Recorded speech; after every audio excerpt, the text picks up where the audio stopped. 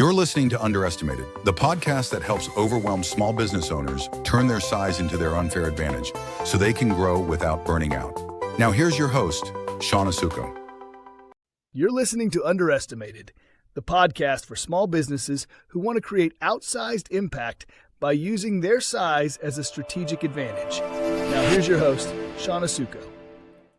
Does it feel like it's harder to acquire new customers and to communicate with the ones that you already have, like harder than it's ever been? Well, you are not wrong. And today on this episode of Underestimated, we're going to unpack why that is happening. So let's go ahead and get started.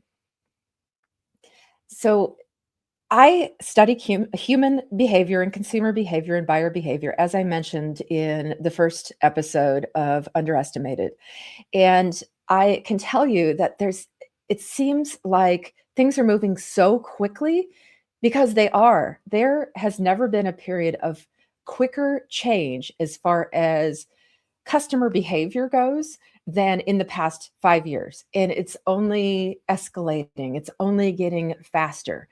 And so for us as small businesses, we have to keep up with these changes, but it's so hard when nobody's giving you a manual for how to do that. Well, that's part of why this show exists, because I do study that. That is what I do. And I share those findings with my audiences, whether I'm speaking on a stage or writing it in a book or doing this podcast. So I'm going to share with you today how audiences all over North America, especially, have been evolving and why everything feels harder now as a small business. And the good news is it doesn't have to. In fact, it can make things a lot easier for us if we just know what to do about it. So I'm going to start with the context of all of this. So what has changed? Well, I have been studying consumer trust for 10, 12 years. And it used to be that there was about 67%, when I first started tracking this, 67% of consumers distrusted businesses.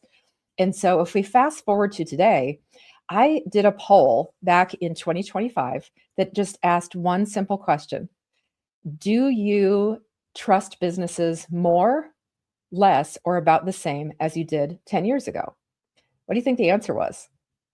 If you fit in one of my audiences, you know the answer is 98%.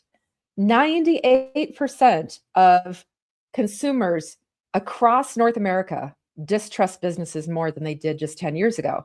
And this is across all kinds of demographics. This is across age and gender and finance and geography and political belief. We are just in a different time. And you might ask, why is this happening?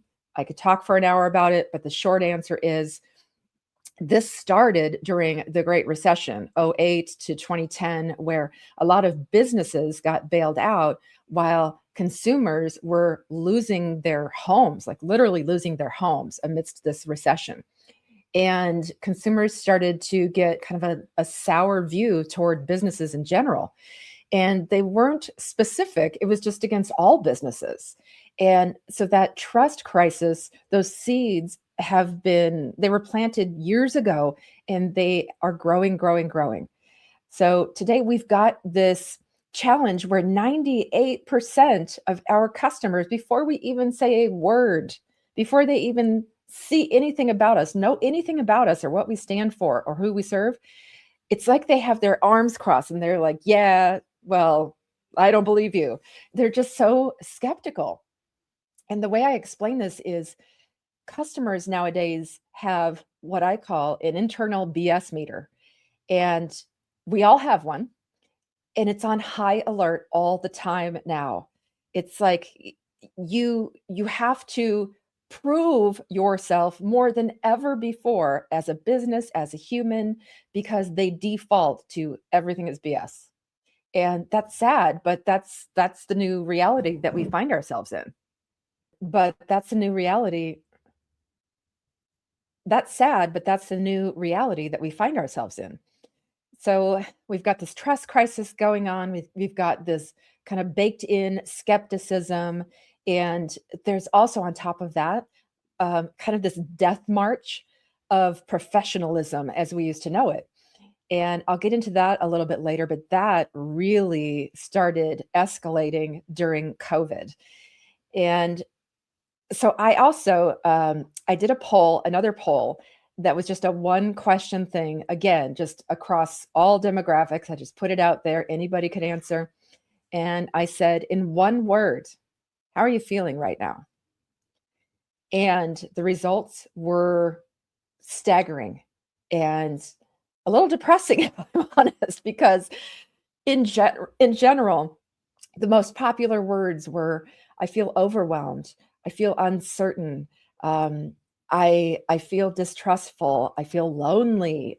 It was just all of these challenges that really have reared their heads during COVID and the period after. But since then, our country, I'm talking the United States, if you're elsewhere, you're seeing this happen from the outside looking in to the US, but our nation is becoming divided. We're distrusting each other. We are, whether it's economics or whether it's politics or whether it's religion, any number of things are causing this division. And it's not a division with just a line down the middle. Picture like a piece of glass that's shattered, and there are all sorts of little divisions, and they kind of overlap and they crisscross. But the country feels different, and that means we all are changing as a result of that.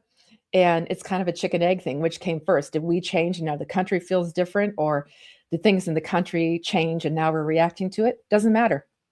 Bottom line is, we are all feeling this way to one degree or another. And of course, that impacts business. So the BSO meter and the trust gap and the crisis and all of this, it manifests in three particular different ways. There are three things that are very challenging to businesses of all sizes. They feel especially challenging to small businesses, but I will tell you, we have leverage in this that big businesses don't have. And these three challenges are: standing out feels harder than ever before. And it is, unless you know a couple of secrets, which I will share with you. Building trust, of course, that feels harder than ever before because we've got this trust crisis. And how do you do that if they won't even pay attention to you? How do you stand out enough to be able to start to build trust? And then the third thing is being unforgettable. When there is so much noise and the average North American is bombarded with 10,000 marketing messages on the average day, how do you become unforgettable? And we need to do all three of these things. We need to be unforgettable because depending on what it is that your business sells or does, your sales cycle could be a day, it could be a minute, it could be a year, it could be several years. So becoming the most memorable so that when they decide that they are ready to buy, they think of us and only us. And once they do buy, they remember who they bought from because they don't see you as a commodity. They see you as a business that they trust. So those are the challenges that we face, and every business faces them. Coca-Cola faces this, Google faces this, and so does every small business. But as I said, we have an edge in these three things if we know how to leverage our superpowers, and it can be so easy compared to big businesses. So I'm going to get back to that. But so the shift has come from where small businesses and business in general, our job was to provide information. And then, of course, since the dawn of the internet, and now we've got AI, everything is becoming so much easier to research than ever before. So now our job is not to provide information. It's to provide context and interpretation. They can find the information anywhere. What they need help with now is interpreting and sorting through all that noise and finding out who they can trust. So they want guidance. What they don't want is buzzwords and professionalism and jargon, because those things are everywhere. And when everybody is using the same jargon and the same industry buzzwords and the same marketing buzzwords, and all of that. And speaking professionally in all that they do, nobody's standing out. So first order of business, if you're going to stand out, don't do those things. That means that we have to drop this overly professional way of speaking. I don't care if you sell to huge businesses. I don't care if you sell to 80-year-old veterans. It doesn't matter. We need to lower the level of professionalism and just talk like you're having a conversation with a neighbor, or like you're having a beer with a friend after work or on the weekend. And you would not, in any of those circumstances, say, we provide unparalleled expertise and we establish synergies among blah, blah, blah. Your neighbor or your friend is going to laugh you out of the place. So we now need to change how we talk. And as small businesses, we can do this. And you will see if you pay attention, big businesses are trying to do this, but they just come across laughably like out of touch. It seems like performative, like they're trying so hard to be your buddy in all of their marketing. And it's just like, we don't fall for that because of our BS-o-meter. So the first rule of standing out is to drop all of those buzzwords, all that jargon, and just talk like a human being talks to somebody that you know. Okay. And the other thing is customers want clarity. They don't want a list of your credentials. Like that stuff doesn't matter as much as it used to. And I'm not saying it doesn't matter if you have been in business for 50 years and you've won a bunch of awards. Of course, credentials matter, but they don't matter like they used to. Those are almost an also ran, because somebody that hasn't won a lot of awards and has only been in business for a year can out-human you and build trust a lot quicker by just helping their customer get clarity and guiding them through and building that trust and standing out in a way that all of the professional jargon and buzzwords and the ways that we used to talk, those never can replace just a conversational tone in all of your marketing. So it also means that customers want to see the good, the bad, the ugly. They want to see the behind the scenes. They want to see the messy middle. I don't think I coined that term, the messy middle, but I use it a lot. And one of the examples that I give when I'm speaking to an audience from the stage is think about bakeries. Bakeries that make cupcakes, for example. There are a lot of bakeries that make cupcakes, and every one of them has decent cupcakes, right?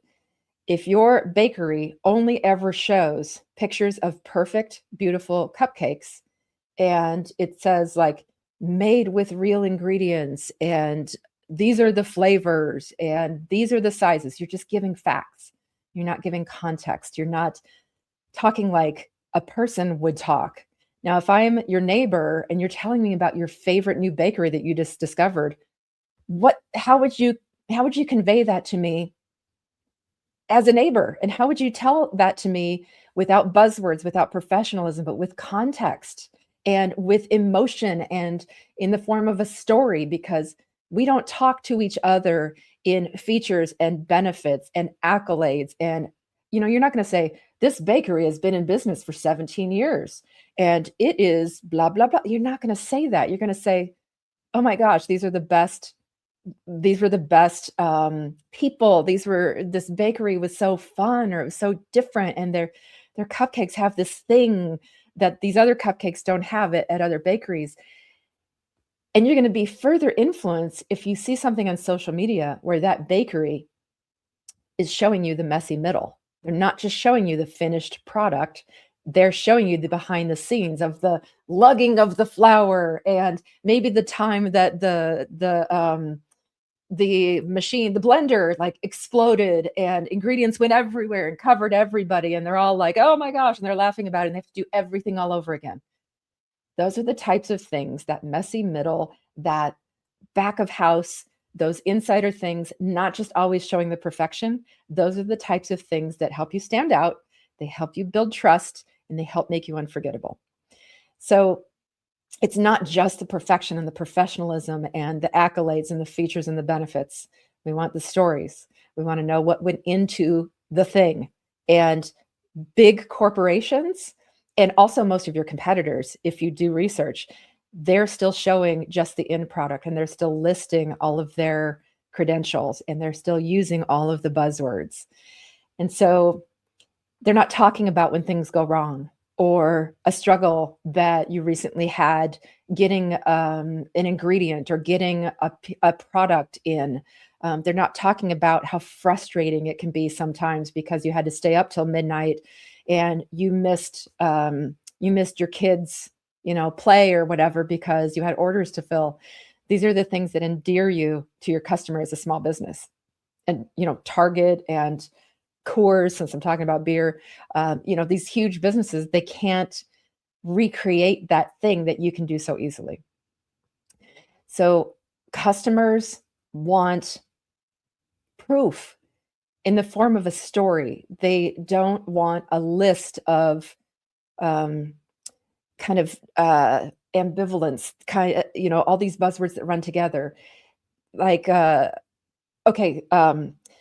you've seen an example. I'm sure you've driven past a million pizza places that say best pizza in town. Do you believe it? No, you don't believe it. If you see something nowadays that says fresh ingredients, do you care? That's it's not a differentiator anymore.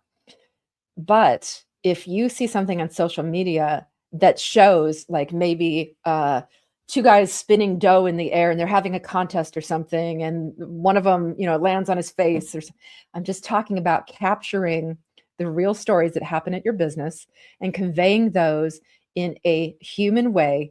That does so much more than the professionalism and the buzzwords and the we're dependable and reliable and we're the best and we have the best customer service and all that stuff that is just not believable. So what can you do to convey things differently? And one of the things that you can do is run everything through an out-humaning the competition filter. And that is, if you take one piece of your marketing and you read it to a friend or you read it to your neighbor, does it sound like something you'd actually say? Or does it sound ridiculous? And does it sound corporate? Or does it sound human? Human is a thing that hugely differentiates us as small businesses. And I will tell you that it is the number one trust builder is when you can tell stories and be human and vulnerable and transparent. And I know it feels risky to do that. And especially the longer you've been in business, I get it. As somebody who's owned businesses since 1994, I would say, real businesses, not my third grade fuzzy pencil business. But I can tell you that this is hard to unlearn. It is really hard to change how you've always done things, but your customers are changing. They have changed and they are continuing to change very rapidly. So we have to take the leap of faith and give up the way that we've always done things and embrace the fact that we can and we need to do things in ways that big businesses just can't, because that's what our customers want. And they are starting to vote with their money. They are starting to choose small business over big business for a multitude of reasons. Number one is that they're trusting small now more than ever before. And number two, they are feeling this pull toward supporting their local communities more than ever as things get divided. Remember the shards of glass. So they're feeling this pull to support the small business and to vote with their pocketbook and don't reward bad actors, bad businesses, and those types of things. So it is your time. If you ever were going to make such a change in the way that you talk about yourself and your business, now is the time. So what big businesses can't do well, they can't respond quickly. If you see something going on in the news, you can make a video about that right away or do a post about it right away and give your own take or give a tip based on your own experience or share a story about how you encountered that same thing. Another thing big businesses just can't do, empathy. You've called a call center and somebody on the other end is like reading a script about how so sorry they are that you have encountered this difficulty. Do you feel like they really feel sorry for you? And another thing that they can't do is show vulnerability. And I've already given you a few examples of how you can do that.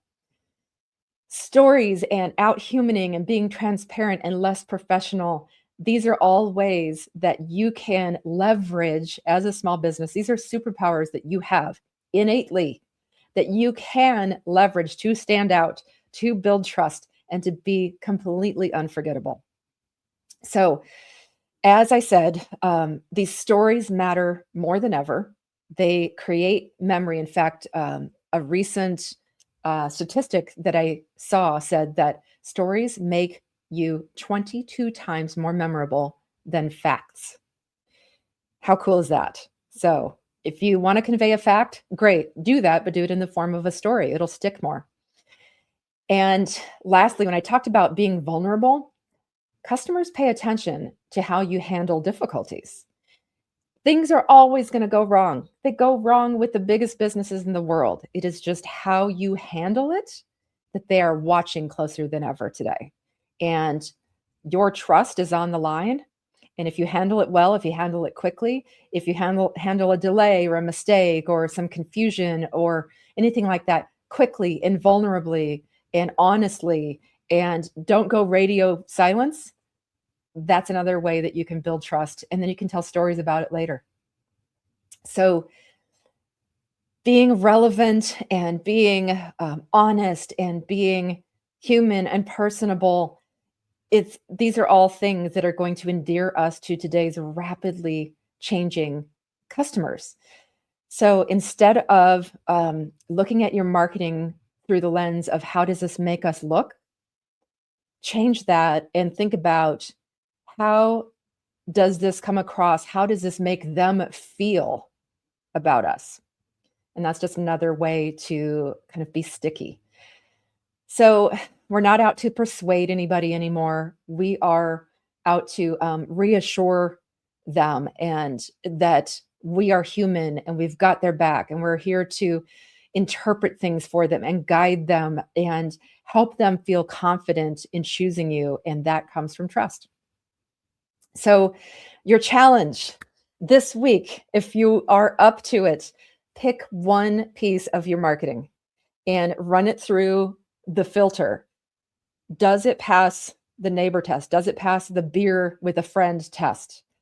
And if it doesn't, remove the polish, rewrite the point that you're trying to make, and then read it out loud again and keep doing it until it sounds like a way you would say it to a friend. It is okay to drop the over professionalism. We dropped that during COVID. I promise to tell you why. Because the world very quickly changed. And remember, if you ever did like Zoom calls before COVID, how mortified, like I would have been mortified if my dog barked on a Zoom call before COVID or a phone call. I'd be like, oh. But during and after COVID, if my dog walked into the room or somebody else's did, it would change the conversation and go from like a business conversation to a human one. Tell me about your dog or tell me about that picture. So we've just changed and we're not going back. So rewrite it. Just pick one thing. Don't try to fix everything at once. My goal is not to cause you overwhelm. And lastly, as a new podcast, I would so appreciate more than you know if you would review this podcast to help other people find it and help me reach more eyes and ears of small businesses, because I really want to create a movement that helps small businesses outperform the biggest competitors in the world. I am Shawna Suckow, and you have been listening to Underestimated.